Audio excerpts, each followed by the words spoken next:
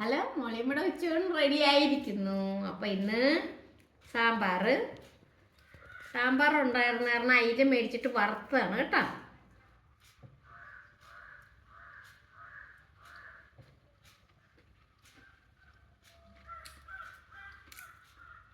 ചീരാവിൽ ഇന്നലത്ത് ഇന്ന് ഞാനേ 2 പാവയ്ക്ക ഇടാന്ന് വെറുതെ ഉപ്പും മഞ്ഞളൊക്കെ ഇട്ട് വേവിച്ചെടുത്ത് വെറുതെ ഷുഗറിന് നല്ലതായ കാരണം കഴിക്കണതാണ്.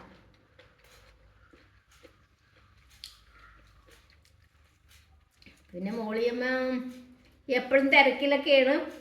ഇന്ന് ഒരു മീറ്റിംഗ് ഉണ്ടായിരുന്നു, കുടുംബശ്രീയിലെ അധ്യക്ഷനായിട്ട് തിരഞ്ഞെടുത്തതാണ്. അപ്പോൾ അത് അധ്യക്ഷന്മാർ വേണം, അതിൻ്റെ ക്ലാസ് കേൾക്കാൻ പോയതാണ്. ഇനി വേണം ഈ അധ്യക്ഷയുടെ നേതൃത്വത്തിലായിരിക്കും കുടുംബശ്രീയിലെ സെക്രട്ടറി, പ്രസിഡന്റ്, മറ്റംഗങ്ങളെയൊക്കെ തിരഞ്ഞെടുക്കാനായിട്ട്. അപ്പോൾ പോയിച്ചു വന്നപ്പോൾ താമസിച്ചു.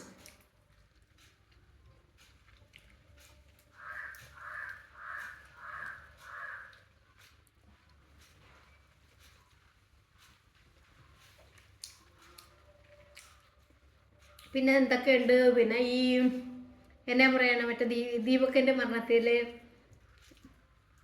നമ്മൾ അവരോട് ദീപക്കിൻ്റെ കുടുംബത്തിനോട് ചേർന്ന് നിൽക്കുകയാണ്. ഇന്നലെ ഞാൻ പറഞ്ഞാണ്, പക്ഷെ ഇന്നലെ നമ്മൾ തമ്മിൽ എന്നുള്ള പരിപാടിയിൽ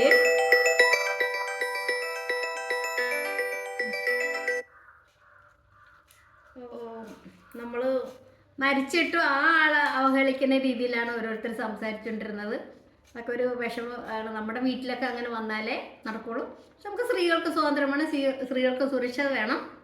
പക്ഷെ ആ വീഡിയോയിൽ നമ്മൾ 10 പ്രാവശ്യം നോക്കിയിട്ടും ദീപക്കിൻ്റെ ഒരു ബാട്ടച്ചോ അങ്ങനെ ഒന്നും കണ്ടില്ല. അപ്പോൾ എല്ലാവരും സത്യത്തിന് വേണ്ടിയിട്ട് കൂട്ടുനിൽക്കുക, അനീതിക്ക് വേണ്ടി പോരാടുക. അല്ലാണ്ട് സത്യത്തെ